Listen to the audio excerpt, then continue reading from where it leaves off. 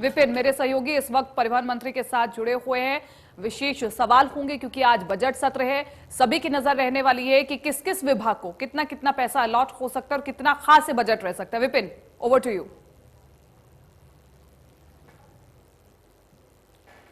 देखिए, बिल्कुल कीर्ति, कहीं ना कहीं मनोहर सरकार दूसरी टर्म का दूसरा बजट बतौर वित्त मंत्री मुख्यमंत्री मनोहर लाल जो है वो आज पेश करने वाले हैं।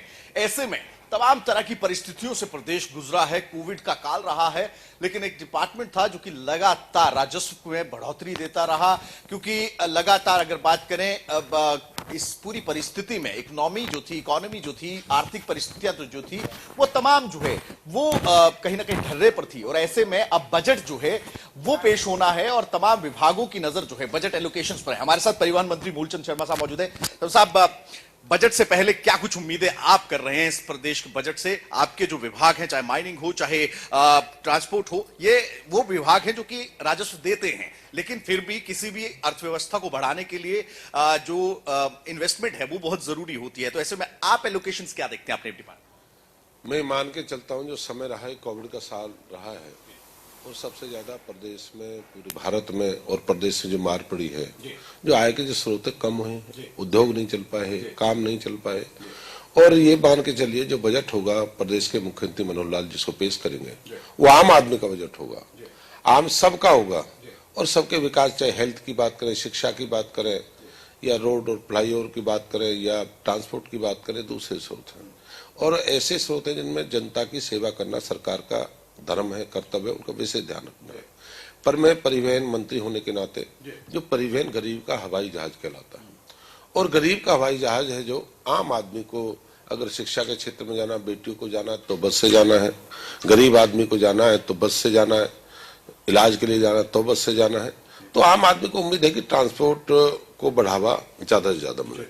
और ये मान के चलते हैं कि मुख्यमंत्री हर विभाग का ध्यान रखेंगे और सबका ध्यान रखेंगे। मैं ये तो नहीं कह सकता कि बजट पूरा सब बहुत बढ़िया एकदम, पर ये मान के प्रदेश के मुख्यमंत्री इस हालात को देख के, जो हालात रहे हैं प्रदेश में, जो हालात, जो स्रोत बंद रहे हैं, और उसको ध्यान रख के सब विभागों का ध्यान रखेंगे और सब विभागों को पैसे अलॉट करेंगे। कितना बड़ा चैलेंज समझते हैं? 1,42,000 करोड़ से ज्यादा का बजट जो है पिछली बार बतौर वित्त मंत्री प्रदेश के मुखिया ने रखा था, लेकिन कर्ज भी बड़ा था। उसमें बिजली कंपनियों के कर्ज को भी अपने ऊपर सरकार की ओर से लिया गया था। अब कोविड की परिस्थिति में, जिस तरह से आप खुद मानते हैं कि आपका डिपार्टमेंट जो है वो कमाऊ डिपार्टमेंट कहा जाता है, ट्रांसपोर्ट बंद रहा, तमाम चीजें बंद रही, इंडस्ट्रीज बंद रही, ऐसे में तमाम चीजों को देखते हुए इस बार का बजट बनाना कितना बड़ा चैलेंज समझते हैं आप बतौर वित्त मंत्री मुख्यमंत्री? नहीं, मुख्यमंत्री जी के लिए बहुत बड़ा चैलेंज है, और बहुत बड़ा चैलेंज जो प्रदेश को देना है, किसानों की बात रखनी है, और इसमें सारे रास्तों को मुख्यमंत्री को गुजरना है और सबका ध्यान भी रखना है। आय के स्रोत को ध्यान रखना भी, कहाँ से पैसे की कमाई होगी तभी तो विकास होगा ना। तो इन सब हालात को देख के जो इसके लिए मुख्यमंत्री सुंदर बजट देंगे। और परिवहन का जो मैं एक बात मानता हूँ कि खनन मेरे पास है, और पिछले जो 2019-20 का समय रहा, 702 करोड़ रुपए हमको मिले थे। और इस साल 2021 में जो खनन से हमको मिला है 855 करोड़ रुपए, हमने 26 दिन माइनिंग बंद रही और 2 महीना बाकी है। तो मान के चलता हूं 925 करोड़ के आसपास, 925 करोड़ के आसपास, 950 करोड़ के आसपास खनन से पैसा मिलेगा। और जो ट्रांसपोर्टों में तो घाटा रहा, तो ट्रांसपोर्ट में हम बस नहीं चल पाई, तनख्वाह देते रहे लोगों का, सरकार की जनता की सेवा में बस चलती रही, कहीं आरक्षण आंदोलन है, कहीं हेल्थ की सुरक्षा के देखते हुए कोविड में बस चलती रही, ये सब घाटा हुआ है। पर मान चलते हैं कि हम जो समय है 800 बस हम रोडवेज की 400 अभी 31 मार्च से पहले लेने वाले हैं, और 400 बस हम जनवरी फरवरी तक हम ले लेंगे। और ये मान चलिए हमारा टारगेट है कि बेड़े में कम से कम 1500 बसों का बेड़ा हम आने वाले समय तक 1500 बसों का हम बेड़ा तैयार करेंगे। जिस तरह से ये पूरा साल रहा है, 2020-21 का जो साल रहा है, उसमें तमाम चीजें जो है व्यवस्था पर नहीं रही, ढर्रे से बिल्कुल उतरी हुई, पटरी से उतरी हुई पाएगी।